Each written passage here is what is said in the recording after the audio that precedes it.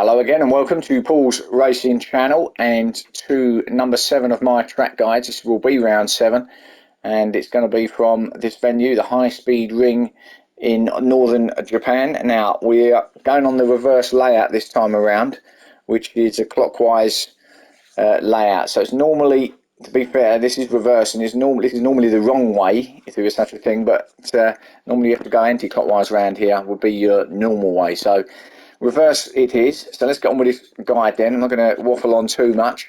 So let's get this cracking. That's the start and finish line ahead as we go over it now. Up to turn 1. You see the boards on the left there. So as we approach this turn 1, it's a sort of sweeping right-hander, long sweeping right-hander, banked. So you can see kind of where the dark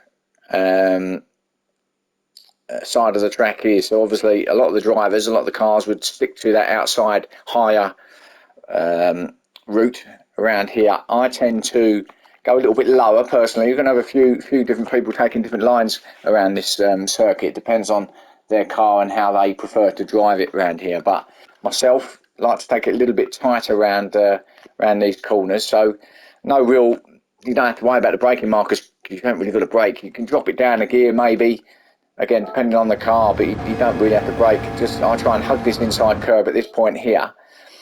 As I say, a lot of the other drivers will be going up higher on that high side, but I go a little bit and then I feed it out to the left. Now be aiming for kind of the steward's box over there on the left is where I'll be going for. Now it does give you a little bit of a runoff there right on top of the curbs, which should be okay, shouldn't unsettle the car.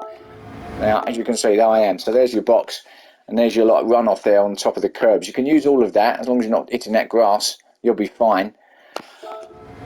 And then away we go now under the tunnel.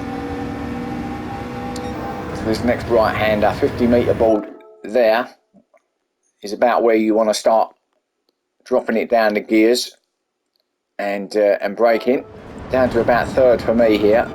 Now you've got a right and then a left, so kind of an S-bend here.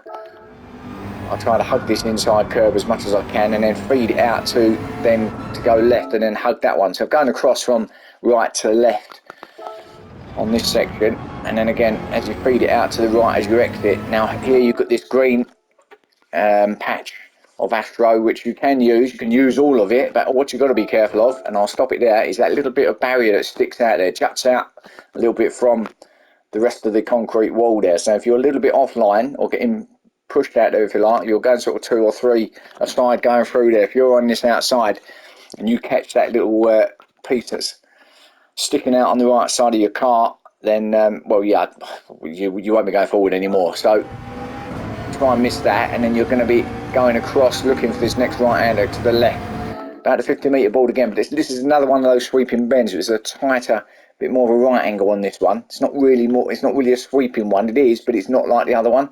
It's more of a tighter one, and you will need to, again, we're going to have various lines going through it. Again, I like to do a slightly tighter, start up wide and then bring it, kind of square it off as I exit. But a lot of the drivers might stay on this green Astro all the way around the top and then square it off as they come round.